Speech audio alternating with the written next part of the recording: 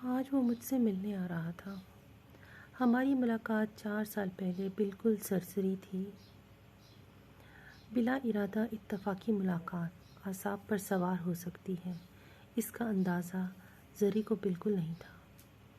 اکتوبر کی بھلی سی شام تھی جب زری نے اسے ملگجے ٹراؤزر ٹی شرٹ میں خود سے بیزار دیکھا تھا۔ اصل میں ہماری پہلی ملاقات اس کی نوکری کی مجبوری میں ہوئی تھی، جب سے بے نام سا رابطہ رہا۔ زری اور اس کے درمیان بلا کی بدمزاجی اور ٹھنڈے سرد لہجے میں ہلکی سی مسکراہٹ اور نرم گرم دراڑیں پڑنے لگی تھیں۔ احمد سے بات کیے سال سے زیادہ ہونے کو آیا۔ بات کرنا یا رابطہ رکھنا احمد کے لیے ناممکنات میں سے تھا۔ زری کا مبہم سا جملہ کام کر گیا، احمد تجھے میری قسم مجھ سے بات کر۔ تبھی اس کا فون اٹھایا گیا۔ وہ خلاف توقع خوشگوار موڈ میں تھا۔ 19 منٹ اور 8 سیکنڈ بات کیے اور طے پایا یہ ناشتہ اکٹھے کیا جائے۔ اگلے دن صبح 7 بجے کا وقت جیسے 1000 گھنٹوں میں بدل گیا۔ زری کو لگا کہ گھڑی میں 12 کی بجائے 1200 گھنٹے ہیں۔ جیسے تیسے صبح ہوئی۔ 7 بجے ہوئے بھی 27 منٹ گزر چکے تھے، مگر کوئی غیر ارادی کیا ہوا وعدہ وفا ہونے کی صورت نظر نہیں آ رہی تھی۔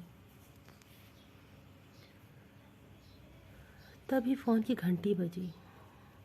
زری کا دل جیسے حلق میں آ گیا۔ کچن سے بیڈ روم میں بھاگتی ہوئی آئی تو فون پر اردو میں لکھا احمد کا نام جگمگا رہا تھا۔ بے ترتیب دھڑکنوں کے ساتھ فون سنا۔ وہ کہہ رہا تھا، کتھیں لوکیشن سینڈ کر۔ زری نے اچھا کہا اور فون رکھ دیا۔ 5 منٹ میں تیار ہوئی۔ تب تک اس کی مزید 2 کالیں آ چکی تھیں۔ گھر سے نکلتے ہی اس کو فون ملایا۔ جواب ملا، اتھے ہی کھلوتا ہوا۔ زری کے چہرے کی مسکراہٹ اتنی گہری ہو گئی کہ آنکھیں بھی مسکرا اٹھیں۔ اتنی صبح مطلوبہ جگہ پر صرف اس کی گاڑی تھی اور اس کے پیچھے زری کی۔ اس نے اپنی گاڑی پارک کر دی اور زری کی گاڑی میں ساتھ کی فرنٹ سیٹ پر آ کر بیٹھ گیا۔ کوئی سلام یا رسمی جملہ نہیں کہا گیا۔ چل کتوں دیسی ناشتہ کرا دے۔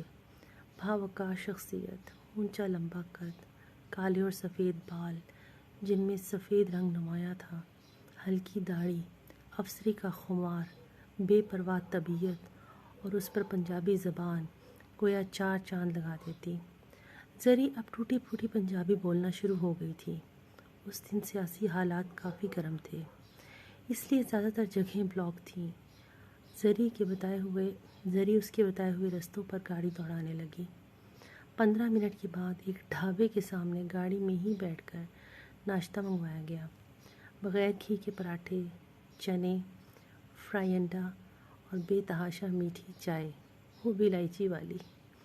گرے کاٹن کی غیر استری شدہ شلوار قمیض، ڈارک گرے چیک والی ویسٹ کوٹ اور براؤن مکیشن جس کو سلیپر کی طرح پہنا گیا تھا، جس سے اس کی سہل پسند طبیعت صاف عیاں تھی۔ زری کہیں بغیر نہ رہ سکی کہ تم اتنے گندے حلیے میں بھی بہت اچھے لگ رہے ہو۔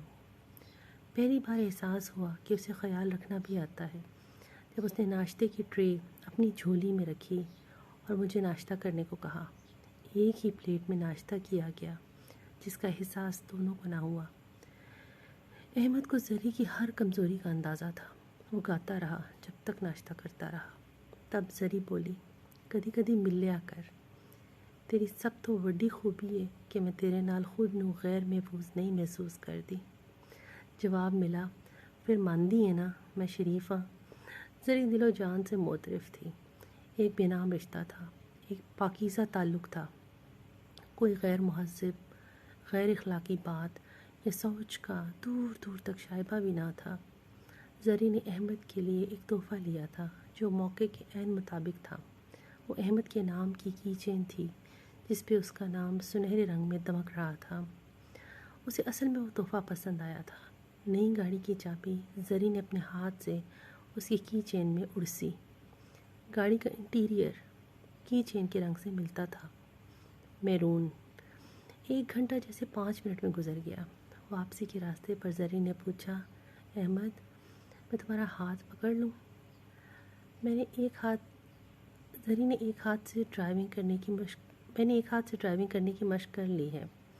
وہ مسکرانے لگا اور کہا، تو ہاتھ بھی پڑھنا ہوندا ہے تو پوچھنا بھی ہوندا ہے۔